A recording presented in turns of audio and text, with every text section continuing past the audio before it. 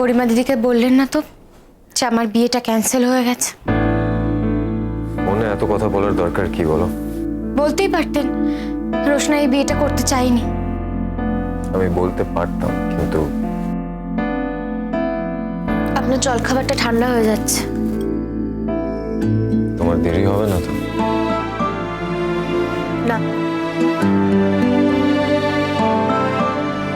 গরিমা এক মুহূর্তেও আমার গলা শুনে বুঝতে পারলো না যে আমার জ্বর হয়েছে।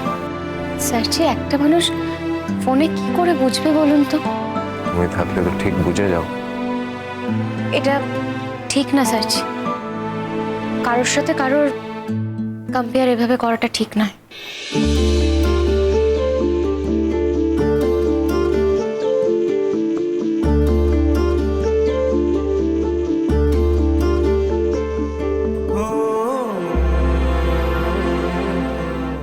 থ্যাংক ইউ রোশনাই, কাল রাত আমার সঙ্গে থাকার জন্য।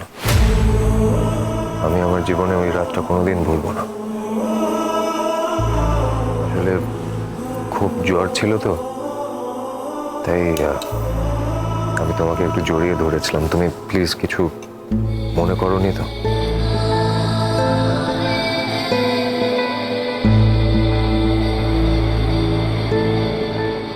আমি শুধু তোমাকে চাই,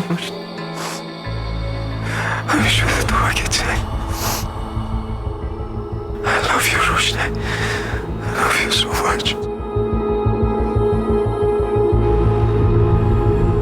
রোশনাই, কিছু বলছো না? চুপ করে আছো যে? 3 দিন পরে বিয়ের সঙ্গীত আর 5 দিন পরে বিয়ে, তার পক্ষে অন্য একটা মেয়েকে সামনে দাঁড় করিয়ে এসব কথা অন্তত বলা মানায় না স্যারজি। আমার জীবনটা দ্বিধাবিভক্ত হয়ে গেছে রোশনাই, বিশ্বাস করো। আমার বিশ্বাস অবিশ্বাসে সত্যি কি কোনো যায় আসে আপনার?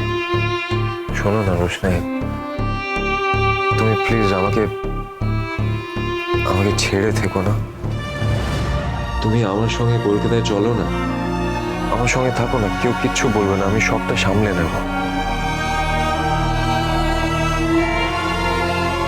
আমি জানি আমি খুব স্বার্থপরের মতো কথা বলছি রোশনাই, কিন্তু তোমাকে আমি আমার চোখের আড়ালে কিছুতেই রাখতে পারবো না। আর ওই টেনশন নিয়ে আমি কিছুতেই বাঁচতে পারবো না। রোশনাই, আপনি শুধু শুধু যেচে নিজের জীবনে অশান্তি আনছেন। I don't care রোশনাই, আমার কিছু যায় আসে না। যে শান্তিটা পাবো আমি সেই শান্তিটার জন্য সব অশান্তি মেনে নিতে রাজি আছি। গরিমার সঙ্গে আমি সুখে একটা সংসার করব।